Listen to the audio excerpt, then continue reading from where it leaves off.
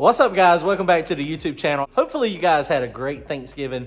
I did. We went to Ohio, went to Summit Racing, got Kelly's commitment on a big block in the future. We got to spend some great family time with her family up in Ohio. But today we drove back, so it is now Sunday. The video y'all saw last, we worked on this thing last Monday night. So it's been almost a week, but with the holidays, we just didn't have time to go to work on it. We couldn't make it happen. So drove back 10 hours. Kelly was like, what are you gonna do when you get home? I was like, I'm gonna go work on the race car. I'm going to Brian's. Have you lost your mind? I haven't been able to work on it. I've been thinking about working on it for the last 6 days. So we're gonna get to work on it a little bit tonight. Get a game plan down. I ordered a lot of parts and pieces. They came in. Let me show you what we got. If y'all wanna support the channel, head on over to turbojohnracing.com. Grab yourself some merchandise. And we do have the crash sale still going on. If you want a little piece of the old Mustang, we're signing them. We got them cut up. We got it pulled apart. It's pretty cool, guys. I appreciate y'all supporting the channel. This thing's going to be radical. Check it out, guys.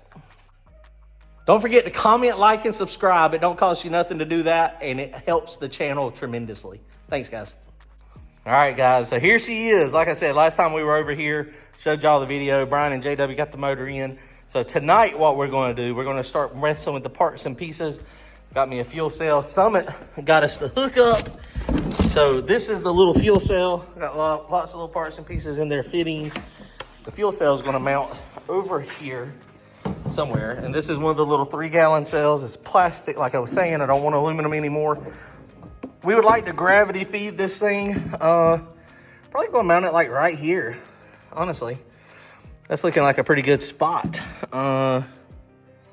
That's probably where it's going to be. We're going to take this transmission cooler off down here.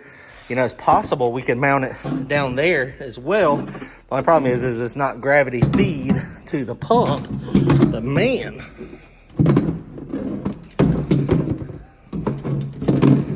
that right there, ooh boy. Huh, now right there, actually, the question is how good would that pump pull from there? Now we could potentially remount this. This is where it is right here now. So the actual pump actually does hang down. It might not be that bad. It will not gravity flow from there, but it might be okay. If we move this thing out of the way, we can move it over to the side and then maybe even jack it up and, you know, just a tad as well.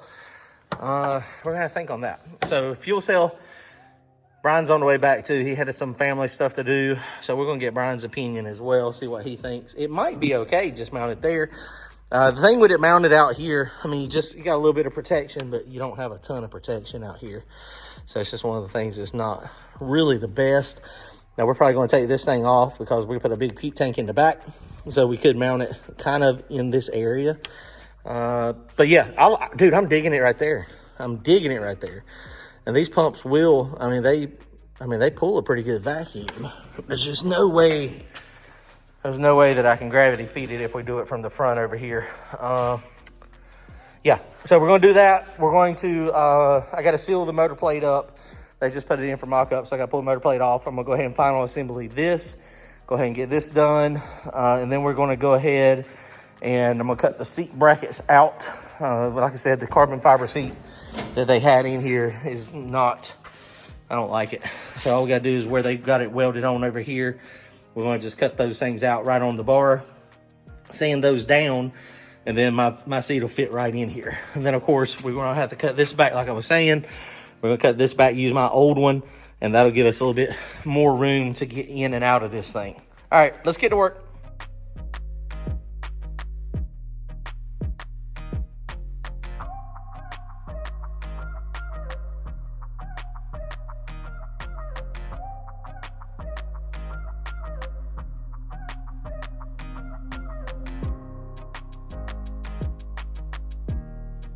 All right, guys, well, we got a couple hours in here.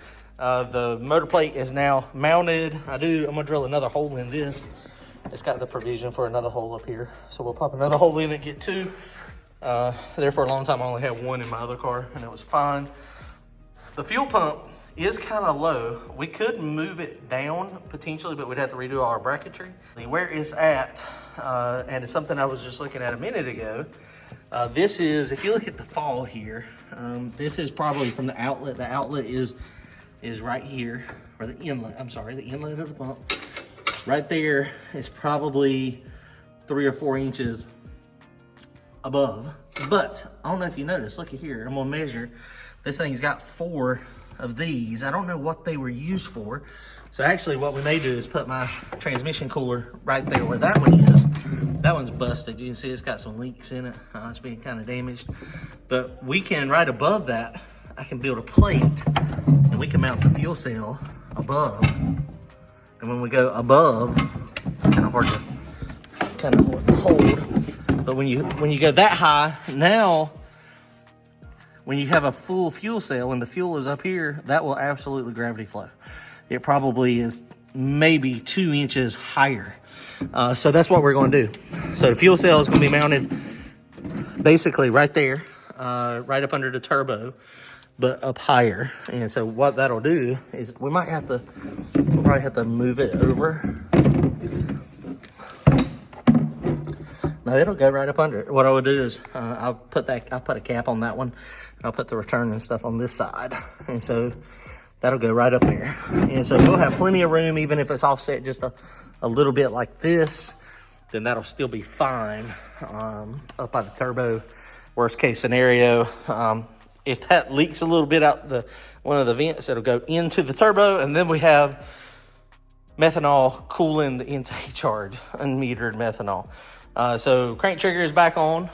All that stuff is, of course, modular, so that makes it easy. Just bolt it right back on. Now this thing does move a little bit, of course. It doesn't move up and down a lot, but it does move in and out, so we'll have to check the gap in there again. These things like about 50 thousandths a gap. If you get a little bit too much, it's a problem.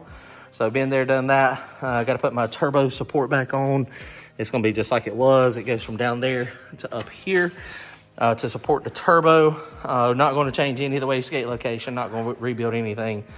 I mean, we could drop this stuff down, of course, and I mean, it would still never fit under the hood, but it would make it so that it was a little less out the hood. I kind of dig it where it's at. So we got all this done, man. So we made some good work, worked on it a couple hours tonight. Got tomorrow, what we're going to do is going to come over here. And this video is probably going to be multi-days, so it's not going to be just little bits at a time. So it'll be a little bit longer. We got to remount our oil filter. So right here, we'll come up with where to mount this at. It'll be over here somewhere because this is the oil feed line for the turbo. It was mounted up here previously, so it'll probably be in a similar location. So man, I'm excited, super excited. This thing's coming along. Check it out. Hold on.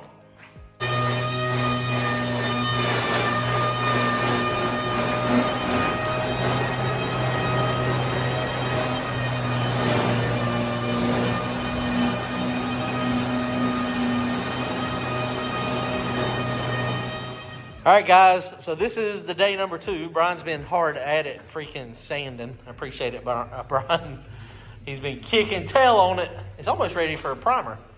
It's getting really close. The reason this is like this is because apparently they did not prime the aluminum. What do you have to do on the aluminum? Etch primer. Etch primer. If you stick normal primer on it, then that's what it does. It peels off. And so he literally took a razor blade and just popped it. You see it all over the floor. Some of it come off in big pieces, some of it didn't. So we got the seat in there. It barely fit, but it did fit in there thanks to Big Hammer and some modifying on the seat. So that's in there. So that's actually where we're going to fit. I was in there a minute ago. We definitely 100% forgot to cut this thing back. It makes it really hard to get in and out of it like this. So when we cut that off, it'll be much easier. Sitting in this car is different, man. It is.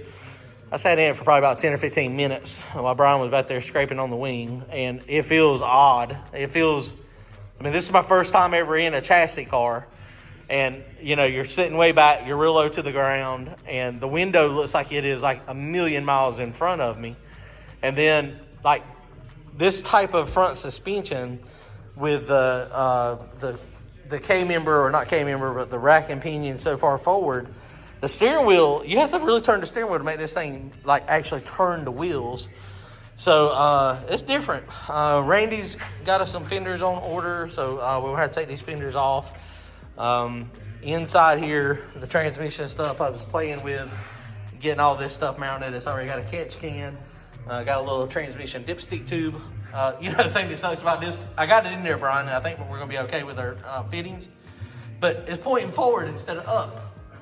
So I'm gonna have to have a funnel that kind of comes backwards. I got one of So I'm like, man, really? Now Randy does have sheet metal to go over this and over this. So I'm gonna get that from him. We'll probably put that sheet metal in there. It's real thin. We got a dry shaft loop here. We probably might got us a piece of transmission tunnel right there. So we may also put a piece of transmission tunnel over this thing.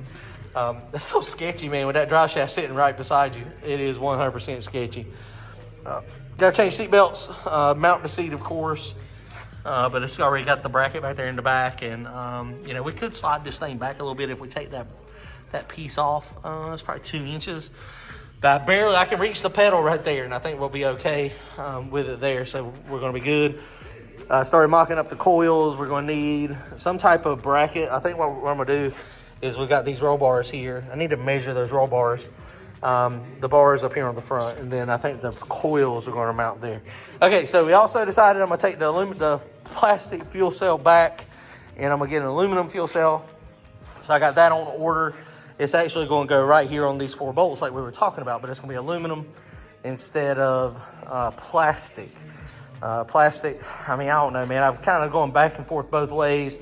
I was worried about, you know, leaking with the plastic, but it's going to be in the middle of the car. And then I was worried about, okay, well, heat from the motor, vibration from the motor. I got to make straps for it. So we just ordered another aluminum one. I think Ron's race cars or something like that, Rhodes race cars. Got it off of something. It's like $200. So it looks like a nice little cell. So we're going to put that on there. That should be here tomorrow. And we're almost to the point where we can, you know, finish plumbing the fuel system. I got to weld the bungs on the radiator. I was going to use a little radiator, but I think I'm going to just go ahead and use this big one that's in here. It kind of fits perfect, and it also, it will cool better. Now, it doesn't have a fan on it, but I think that'll be okay. Okay, well, that's going to wrap it up for tonight. We'll get back at it tomorrow night.